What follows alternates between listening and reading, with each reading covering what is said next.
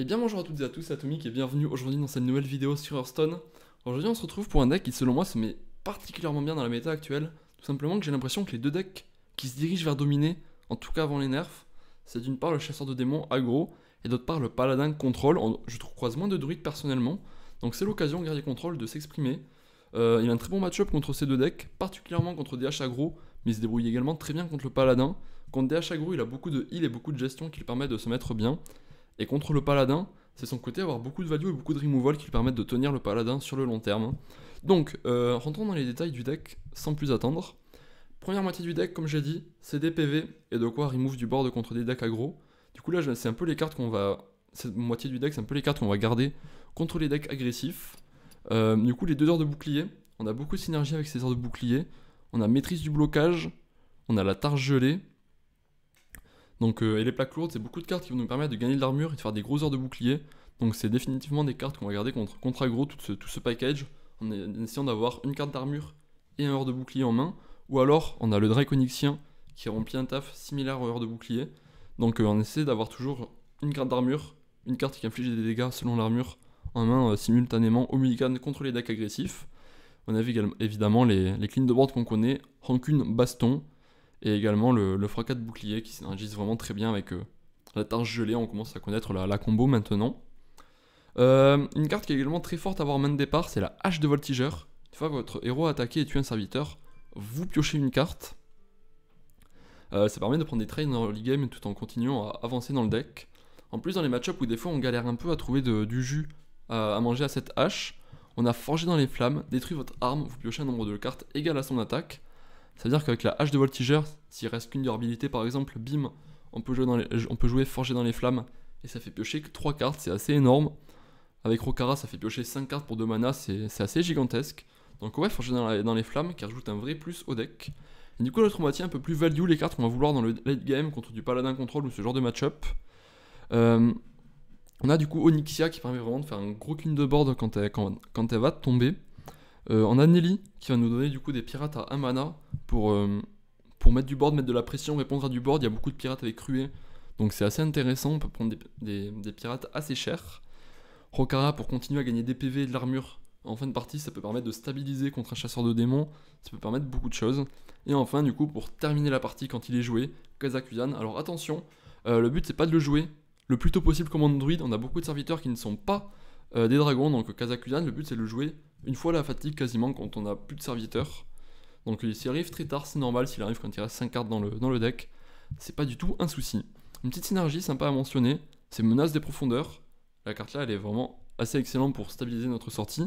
Mais en plus, elle a la synergie avec Sir Finlay qui permet du coup d'échanger notre main avec le fond du deck. Grâce à Menace des profondeurs, du coup, on connaît 5 cartes, on connaît 4 cartes du fond de notre deck. Donc c'est super intéressant avec Sir Finlay, on sait ce qui nous attend. Si on avait fait une menace au préalable, on sait vraiment sur quoi va tomber notre main. Et bon, je vais lancer de suite. C'est également intéressant à noter avec Sir Finlay, c'est qu'il ne faut pas le jouer forcément uniquement quand on a fait la menace au préalable. Des fois notre main elle va juste être trop nulle et du coup on va juste faire un Sir Finlay pour juste réinitialiser notre main, essayer d'avoir une main plus intéressante. N'hésitez pas à me faire des retours sur la qualité de la vidéo, sur la qualité de ma voix, sur le nivellement avec le volume du jeu. C'est un peu compliqué, je suis à l'étranger pendant plusieurs mois. Donc je reprends le petit micro que j'avais à mes tout débuts sur YouTube. Je sais pas si certains s'en souviennent. Mais ouais, j'ai pas pu transporter le gros micro que j'avais jusqu'à présent. Donc j'espère que la qualité sera quand même au rendez-vous. J'ai l'impression qu'il y a peut-être un peu d'écho aussi dans la pièce où je suis. Donc bon, c'est un peu une vidéo test de comment le setup se débrouille. Guerrier contrôle. Enfin, guerrier probablement contrôle. Il y a très peu de guerriers quête actuellement, notamment à cause des TH. Donc le but c'est de piocher le plus vite possible pour faire Kazakusan le plus vite possible. Oh, il a gardé la carte à gauche. Donc c'est peut-être un... C'est probablement du coup un guerrier quête. C'est intéressant. Ouais, du coup il y avait peut-être un heure de bouclier qui aurait dû être gardé si c'était un guerrier quête. Pour faire par exemple une curve T3 menace et T4 maîtrise heure. Ok. Malgré qu'il ait gardé la carte tout à gauche, c'est pas une version quête au final. Donc pas de soucis. Pardon. Oh, on peut faire ça et potentiellement enchaîner rapidement avec Sir Finlay. Alors, au final, la carte qu'on va se placer là, c'est la carte qu'on ne jouera pas. Du coup, la carte la moins intéressante à avoir, parce que du coup, les deux autres, on les mettra au fond de notre deck, et on pourra les récupérer avec Sir Finlay. Et c'est clairement Drake Onyxien qui ne sert pas à grand chose dans le match-up. Plaque lourde non plus ne sert pas à grand chose, mais son intérêt c'est de pouvoir la trade. Donc, Drake Onyxien, lui, il a aucun intérêt. On peut faire ça, dommage. Et se remplacer le deck. Ouais, c'est parti. Tout ça, c'était pas super intéressant.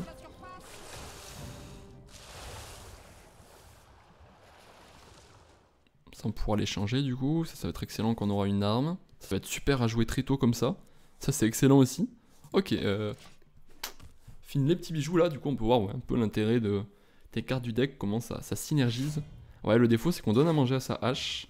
Ok, ok. Bon, je pense que le play est quand même correct par rapport à tout ce que ça nous apporte. Bah, du coup, c'est parti pour Nelly.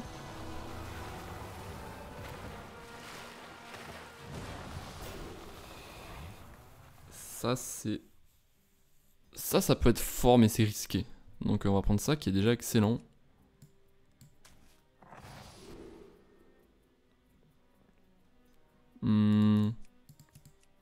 C'est super fort, mais c'est pas si intéressant que ça dans ce match-up de mettre des dégâts face.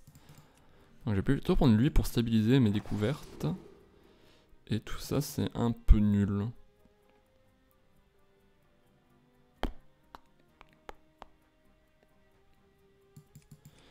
Ben ça va être lui, je pense.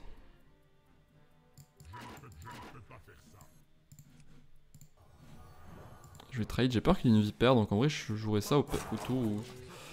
Je jouerai ça au tour où je la détruirai. Quand j'aurai une cible au préalable, parce que ouais, j'ai un peu peur des vipères. Les gens ils se mettent à jouer des vipères dans tous les decks, même si c'est pas forcément ouf. Donc ouais, j'ai peur qu'en face il ait také une vipère contre les paladins dans son deck.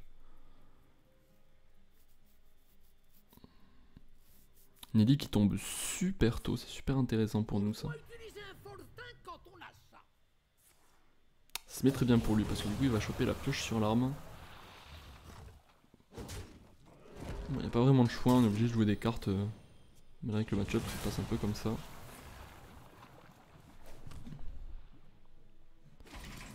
On va effectuer le dragage du coup. On va se mettre ça sur le dessus. Tac. Ça, du coup, on va déjà se jouer un sort de givre par rapport à lui. On aura un sort de feu, du coup, avec le forger dans les flammes un peu plus tard. Bon, on donne encore à manger à son arme, tant pis.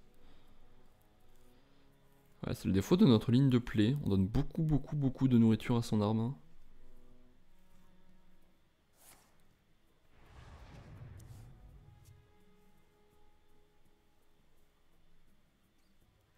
Après, bon, il a la main pleine, il est obligé d'entre guillemets, jeter des cartes là s'il veut continuer à pouvoir jouer.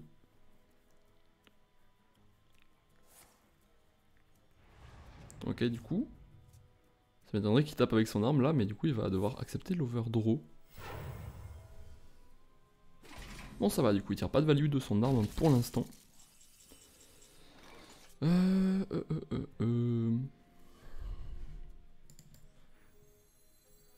peux faire ça. Plus ça. Ça, je tape. Je tape. Je peux forger dans les flammes sans m'overdraw. Puis du coup, j'utilise les cartes qui coûtent du mana, je me garde ça pour plus tard. Ça contre Nelly, ça peut être super intéressant. On n'avait pas parlé de cette carte dans l'introduction, c'est contre druide que c'est fort, contre paladin, contre pas mal de choses. Ok, Rokara, donc il tirera pas de value supplémentaire de son arme, de son âge de voltigeur, tant mieux pour nous. Ça du coup ça pioche 2 cartes, si j'ai bien calculé.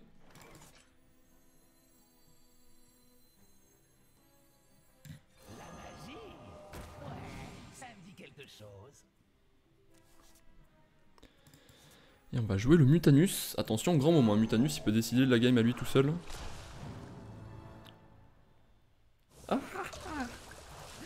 Un des pires trucs à choper sur le Mutanus.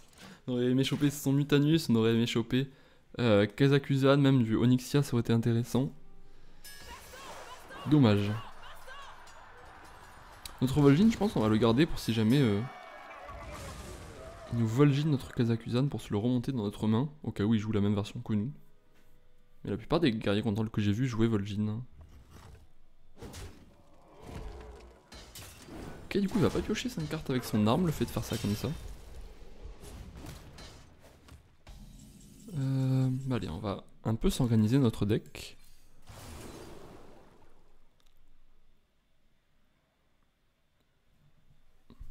Je préfère me mettre lui au fond. Comme ça retarde pas.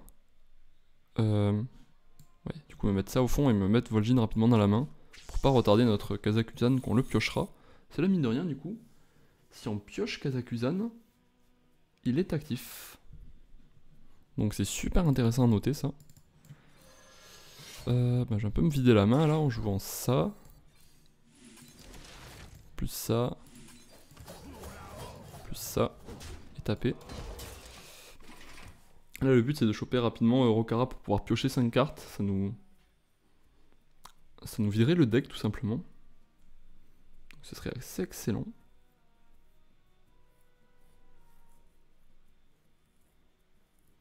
Ok, il va jouer sa propre hache. Ok, il essaie de se vider également la main pour des tours de pioche futurs. Il a raison.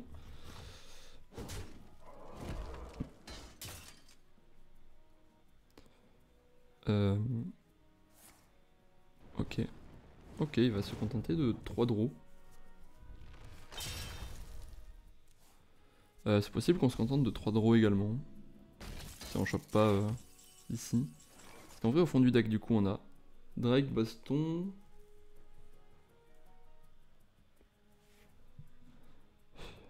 Cette carte, 10 cartes dans le deck, dont 2 plaques lourdes. Ouais, on va chercher Kazakusan, je pense. Sans plus attendre.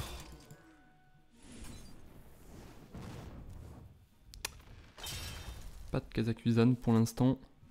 Allez, on va trader. On va essayer de le trouver là-dessus. Pas Kazakusan non plus, malheureusement. Du coup, on va jouer ça. Je vais un peu me garder l'arme, en vrai, ça peut être utile pour un autre moment. Donc bon, je vais juste me la jouer comme ça.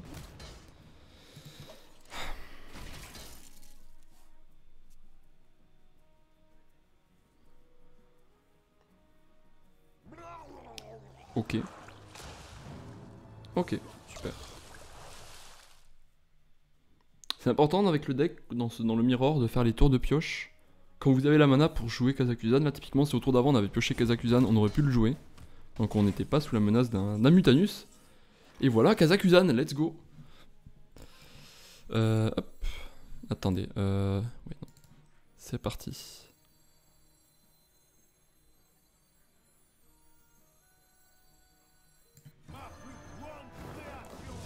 Si on souhaite, on peut même se le remonter au cas où il soit mauvais. Braise, je prends.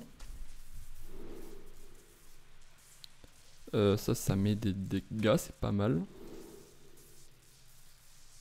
Ça c'est nul la boîte à secret, on va prendre Booba du coup.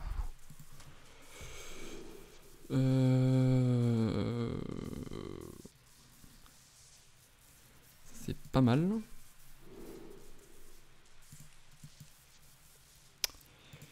Tout le reste c'est pas ouf. Ça on va le prendre au cas où il y a des trucs trop menaçants de son côté.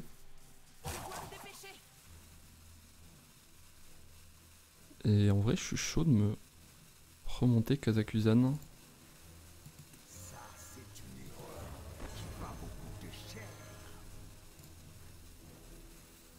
Non, non, non. Si.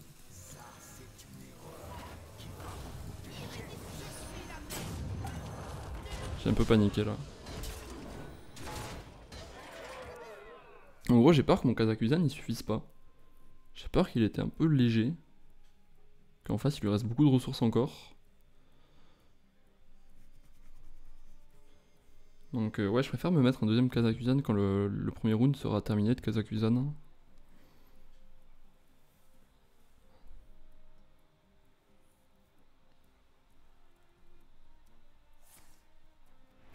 Du coup cette version garde de la ville, je suis pas fan du tout, j'ai l'impression qu'elles servent à rien ces 2-3.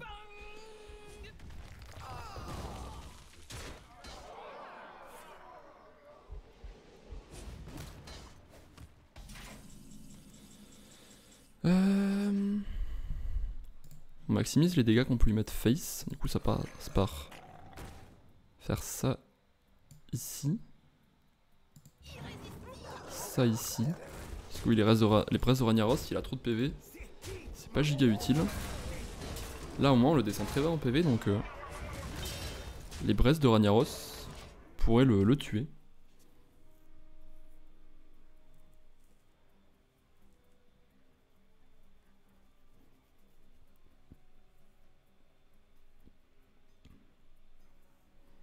Là ouais, faut juste pas que ça troll, on est un poil short en removal à cause de notre armure qui a assez pris cher à cause du Mutanus.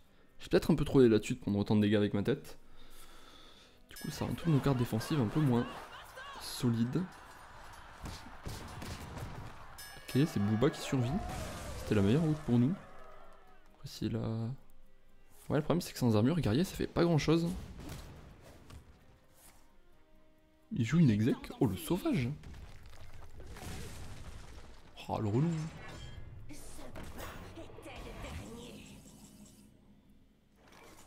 Ça c'est un peu nul pour l'instant. On va juste ping face.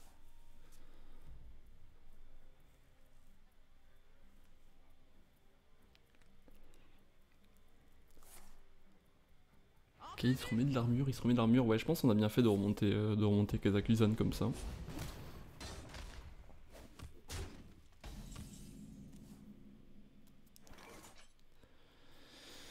Ok, sur ça, ça aurait été bien de prendre le clean.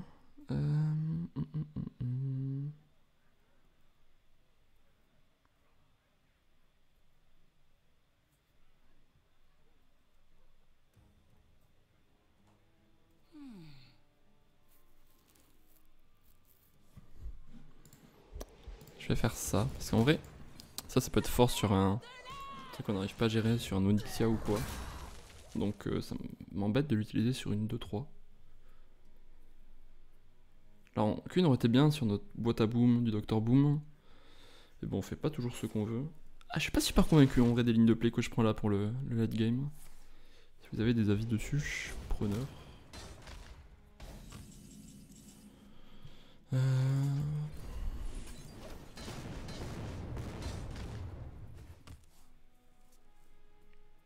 On continue à mettre des dégâts. S'il gagne pas d'armure, on a prochain tour létal sur Brest de Ragnaros. Donc ouais, ça pourrait être une option. Et il capitule. Let's go. Je pense qu'on a bien joué la game tout simplement à aller chercher comme ça le Kazakusan le plus tôt possible. Donc bon, on va relancer une nouvelle. C'était pas ce qu'on targetait. Mais bon, si jamais, j'ai entre guillemets vu un peu juste et que le guerrier contrôle devenait omniprésent. Donc vous avez vu un peu du coup comment le match-up se joue. On a super bien joué la game avec Serfinley. Quand du coup on a mis au fond de notre deck les cartes qui nous intéressaient le plus. Et que on a pu aller piocher le plus vite possible. On a également fait attention à mettre des dragons au fond de notre deck pour pouvoir activer facilement le Kazakusan. Et ok, on est contre un DH. Donc c'est ce qu'on est censé gagner. On a rancune, c'est super. Je pense que je vais roll le reste. Baston aussi est pas mal en vrai. Ça c'est super fort pour activer en early game. Des heures de bouclier ou des fracas de bouclier. Donc ouais, je vais la jouer comme ça. J'aime bien la main. On a le heure de bouclier justement. En fait, on a tellement de cartes qui synergisent avec la targe gelée. Heure de bouclier, Drake Onyxien, fracas de bouclier. C'est jamais une erreur de garder cette targe. J'ai l'impression en tout cas de ce que j'ai ressenti avec mon expérience avec le deck. Qu'en vrai avant, au guerrier de l'extension précédente, des fois quand on gardait la targe, ça synergisait qu'avec fracas de bouclier quasiment. Donc elle foutait un peu le seum des fois. Mais là il y a tellement de synergie avec que je pense que c'est une bonne idée. En vrai on en a deux. Donc là en vrai il y a beaucoup de dégâts sur le board. Non en vrai non, il n'y a que 5. Donc il n'y avait pas d'intérêt à faire une targe en tempo maintenant. Là normalement il va tomber dans le piège de la rancune. Après j'équipe une carte, donc s'il joue bien et qu'il est attentif, il devrait tourner autour. J'appelle pas ça tourner autour mon ref. Après comme le match-up est défavorable et ce qui se dit pas, le seul moyen de gagner c'est qu'il est pas rancune, donc ça sert à rien de tourner autour. Je sais pas, je connais pas sa main, donc je vais pas dire que c'est une erreur. En tout cas bon, si vous, des fois quand vous êtes contre un guerrier, vous avez la possibilité de tourner de tourner autour de rancune. Si par exemple ici il avait Mancrick en main, ça aurait été plus intéressant à mettre que les 2-2-2. Là normalement il devrait directement capituler si ça se passe bien. Enfin s'il se rend un peu compte de ce qu'il vient de se prendre. Là il a 3 cartes en main, oui c'est bon, il capitule.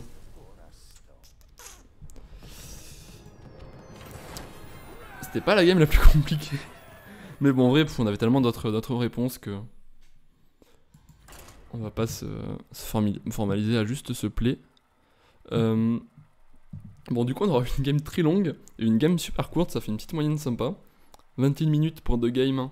C'est assez équilibré en vrai, c'est la moyenne mais bon.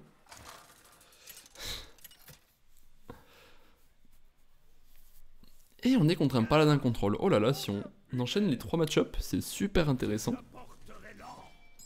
Je pense que je vais garder la hache dans ce match-up pour creuser le deck. Et que je vais virer le reste. Parce qu'en vrai, mine de rien, ce paladin, même si c'est un contrôle, il joue beaucoup de serviteurs en début de partie. Là, ce qui est très important à faire dans le match-up, c'est de faire beaucoup d'armure pour tourner autour d'un smite qui pourrait nous rentrer dedans. Mettre toujours chaque tour une provocation, mais pas rajouter des provocations s'il y en a déjà, parce que du coup, avec Pyro égalité, il pourrait clean toutes les provocations. Donc, ouais, c'est tous les petits trucs importants à faire dans ce match-up. En vrai, c'est uniquement niveau statistique que paladin est derrière. Mais peut-être que si le paladin joue bien, il est devant. Parce que je sais que personnellement, j'ai joué 2 fois ce match-up en tant que paladin. Bon, c'est un petit sample size. Et je l'ai gagné 2 fois. Donc, je sais pas si c'est les paladins qui jouent mal ou si c'est juste que je vais de la chance en tant que paladin. Mais bon, statistiquement parlant, c'est paladin qui est derrière.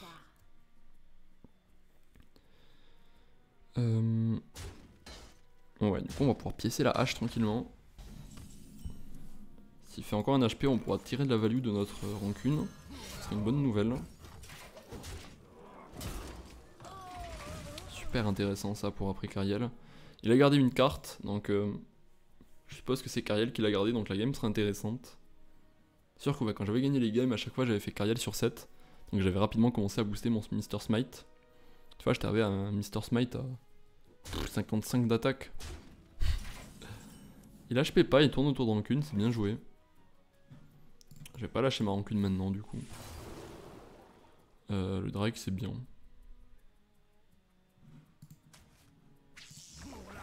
On va aller le chercher du coup le Drake. Continue à creuser le deck. Le tour on fait Kazakusan, souvent ça signe la fin du paladin. En fait la question c'est un peu qui de lui arrive à caler. Enfin qui de nous deux arrive soit à lui faire son Mr. Smite tôt, soit de notre côté à faire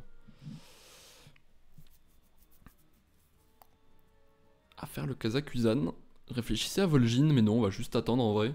On va essayer de le sentir un peu le tour, il aura Mr. Smite en main. On va juste faire ça.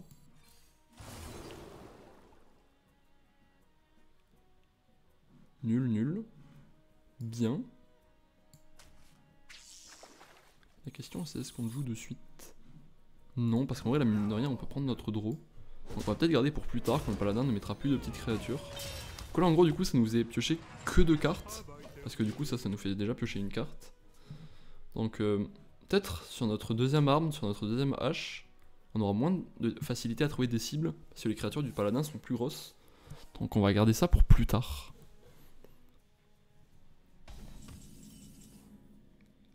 Il faut jouer quelque chose par contre.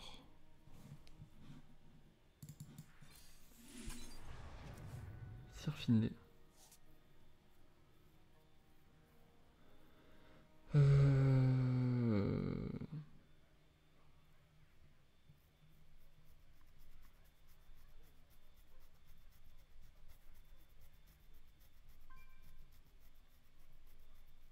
sais même plus de ce qu'on a au fond du deck.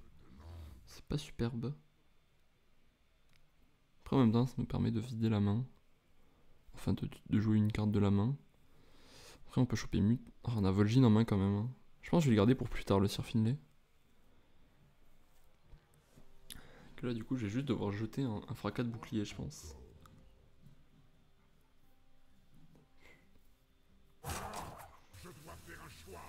Ouais, non, ça c'est peut-être mieux à jeter. Parce qu'au final, les deux, c'est pour quand il y a un gros board en face. Et... j'ai l'impression que c'est mieux de garder ça que ça. Je fais peut-être une erreur là, qui viendrait de ma mauvaise connaissance du match-up.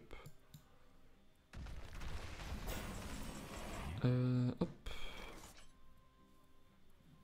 J'attends de sentir s'il y a un moment où il a... où il pourrait avoir... comment ça s'appelle déjà? Où il pourrait avoir Mr. Smite en main pour jouer le Mutanus. Comment ça se sent, vous allez me dire? Ben, c'est tout simplement quand il fait plein d'HP et qu'il joue pas de créature. C'est tout simplement Mr. Smite qu'il a en main. Là on arrive à trouver une belle rancune au final. Donc on n'est pas déçu de l'avoir gardé.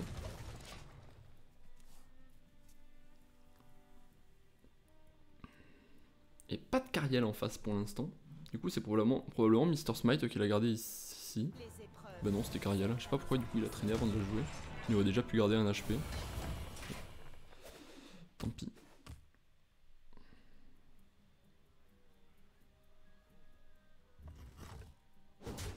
Ok, il commence à taper comme ça dedans.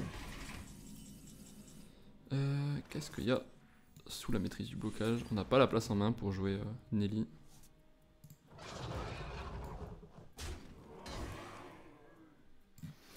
On va juste s'arrêter là.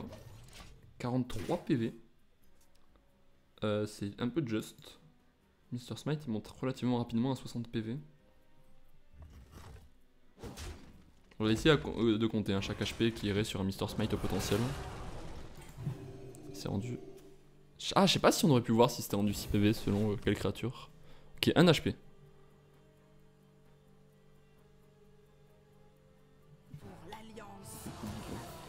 Un HP qui n'est pas sur Cariel.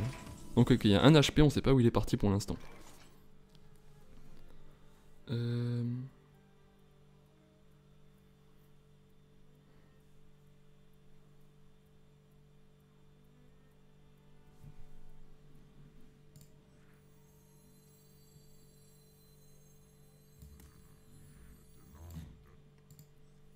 va peut-être le garder pour plus tard, ça.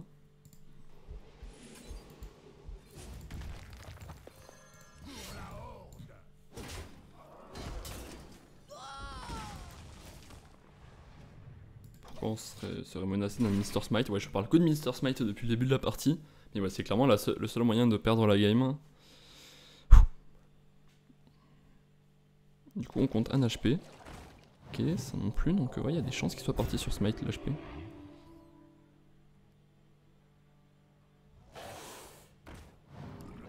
C'est embêtant parce que du coup ça nous rend ça inutile. Ça pue le Mr. Smite comment il joue. Donc là si on arrive à le pull out, on a gagné la partie tout simplement. Allez.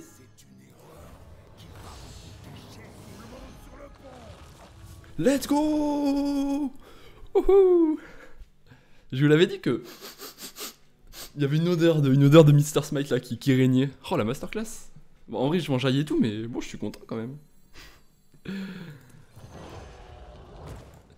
Certains vous qui vont faire un peu les rageux, ouais c'était évident patati patata, bon moi je suis content de moi.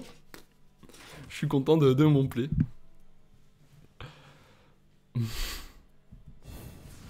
En plus prochain tour on devrait l'achever avec Kazakusan. En plus si on veut on peut se mettre tous les trésors en main directement avec Sir Finlay. C'est un autre intérêt encore une fois de Sir Finlay, c'est de, une fois qu'on a fait Kazakusan, tous les trésors on les récupère en main.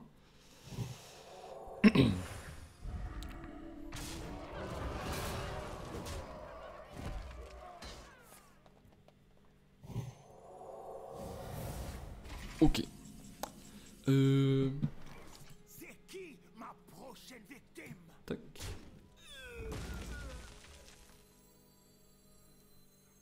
Tac. Ça, on se met pas de dégâts à Kazakusan au cas où on ait besoin de faire ça pour clean.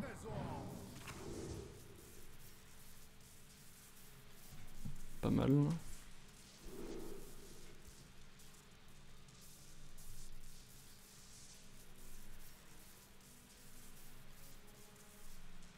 On aura un serviteur qui stickera à un moment. Tout ça c'est Ça c'est pas mal. Ça c'est pas mal. On a beaucoup de clean déjà avec l'hyperflingue et compagnie. Donc on va prendre ça plutôt. Donc je vais jouer ça ici. Et je pense let's go faire le changement directement. Ouais.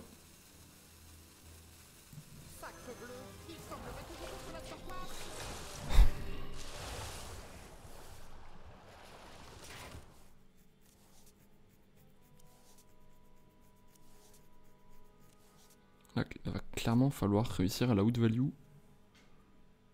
C'est pas dit hein, encore hein, qu'on y arrive.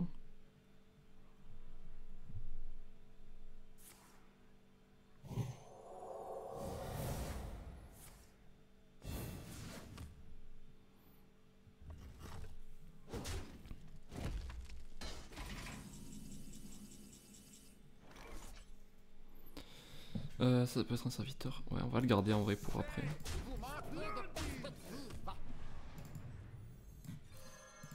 Je vais jouer ça dès maintenant. Ouais, c'est peut-être le moins incroyable pour Absolu, mais on n'avait pas beaucoup d'autres choses plus intéressantes à prendre.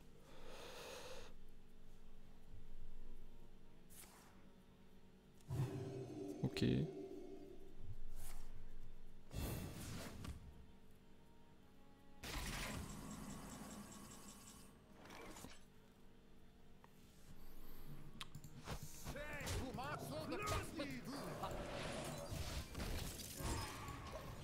Mais rien, ça va nous donner beaucoup de clean à l'hyperphalange. En vrai, on a beaucoup de clean en main. Avec le livre sacré plus l'hyperphalange.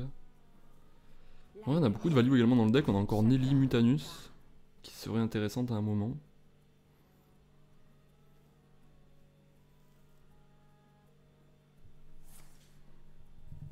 Ok.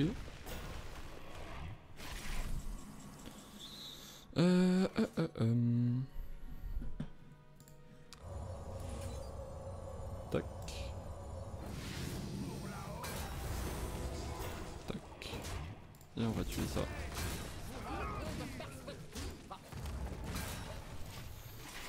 Dans son deck, il y a 2 égalités. Il a joué les 2 défenses vertueuses. Donc bon, on va voir ce qu'il a d'intéressant pour nous clean ça. Pyro égalité. Ok. Et d'un clean.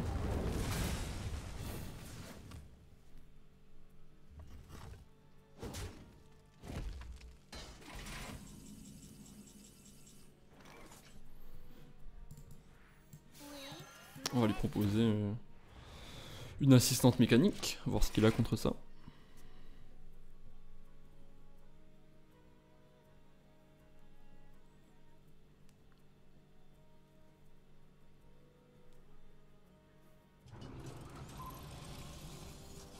Le Léviathan. 4, 8, 10. Pour l'instant, il n'y a pas le clean.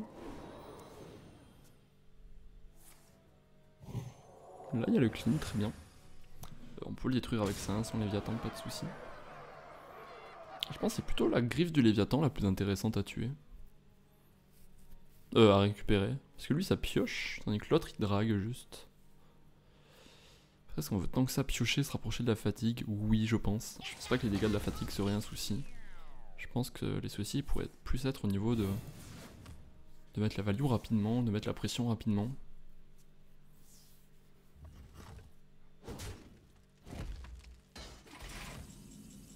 Donc on va jouer ça. Tac.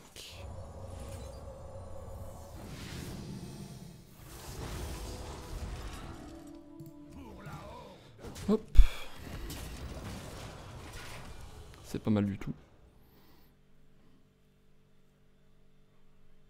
On va voir comment il peut gérer cette 10-10. Ok, ça c'est costaud. Bon, on pourra mettre notre tête dedans.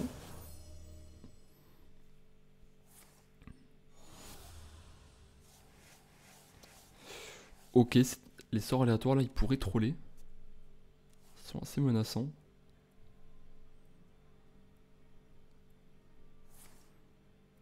Bon, 4-2 avec ruée. Ça passe.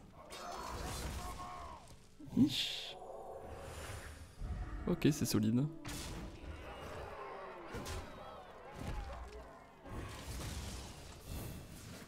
On pourra pas tout tuer sur ce tour en vrai. Bon, on va en profiter pour jouer Nelly. Allez, donne des bons pirates.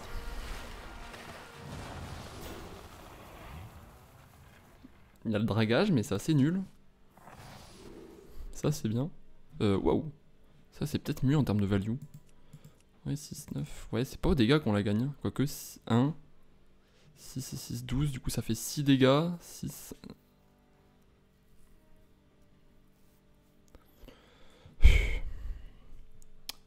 Dégâts.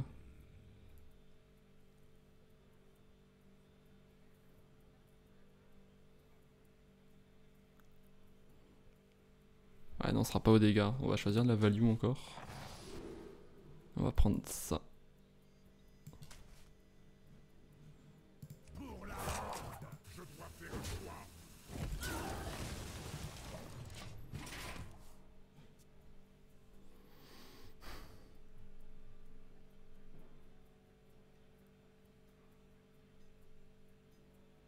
Que la lumière vous accorde sa paix. Ok.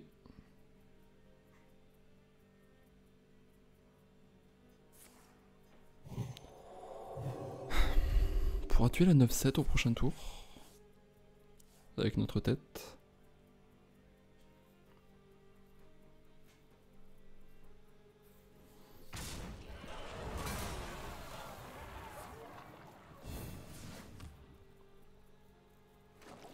Ok, c'est un peu costaud ça. Qu'est-ce qu'on va préférer découvrir en vrai avec ça? Un pirate, un mecha?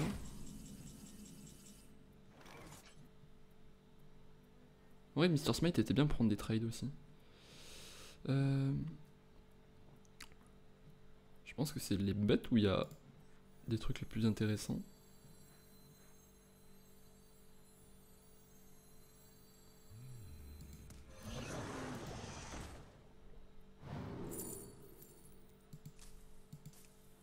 C'est pas mal ça. Ce sera pas pour ce tour malheureusement, il y a beaucoup de boards en face et on veut pas que ça tape dans des trucs un peu trop embêtants pour nous. Je suis chaud d'aider un peu lui. Du coup faire ça.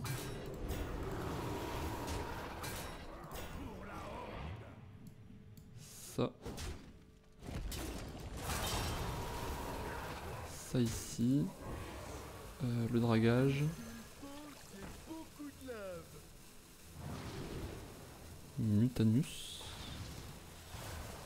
Ensuite jouer ça. Ok. Ok, c'est pas mal comme tour.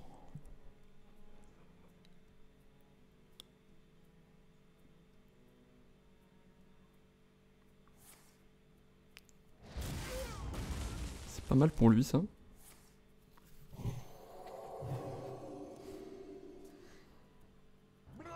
Ah, ça passe. Ouais, c'est le moins pire à nous manger, je pense.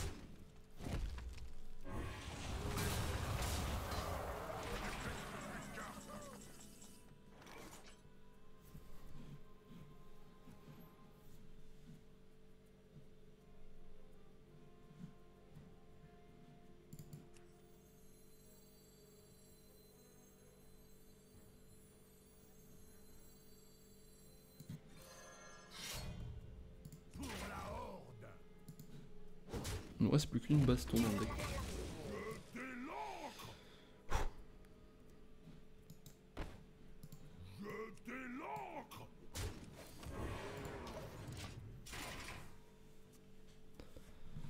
Ça, du coup, ça peut faire 4, 8, 12 dégâts.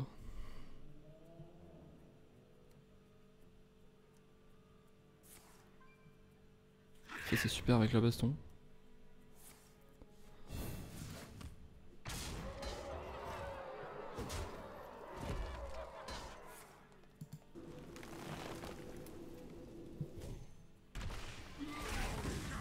Faut juste pas que ce soit la 9-5 qui ressorte. Si la 9-5 qui ressort, c'est très chiant. C'est super.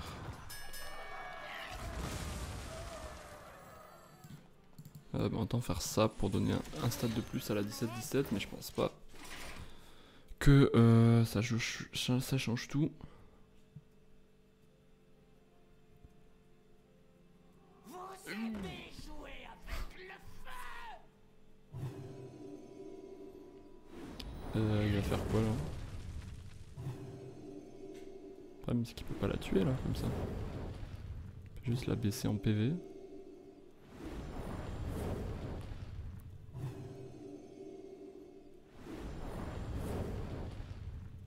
Il va juste la baisser en PV. Oh la régalade, parce que nous du coup, on va lui donner on va lui donner bouclier divin, provocation, ruée, furie des vents et tout ça.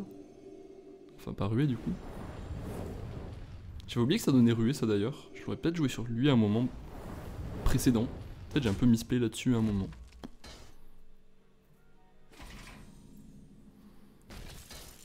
Ça déjà c'est sûr.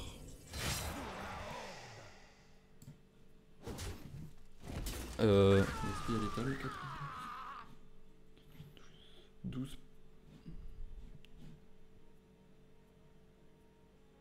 4, 8, 12. 12 plus 9. 12 plus 9. 23. Non, il n'y a pas l'étal. Ouais, on préfère garder le camouflage au cas où, je pense.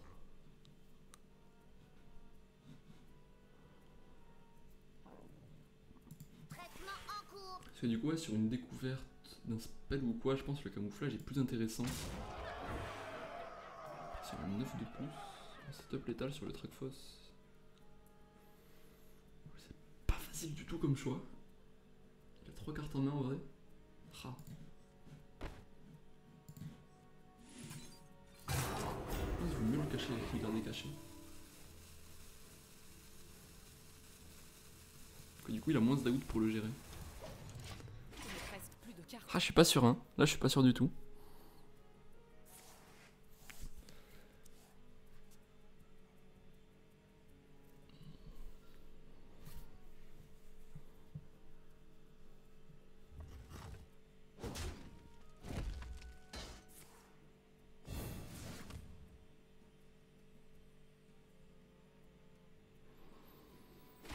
Let's go, c'est gagné.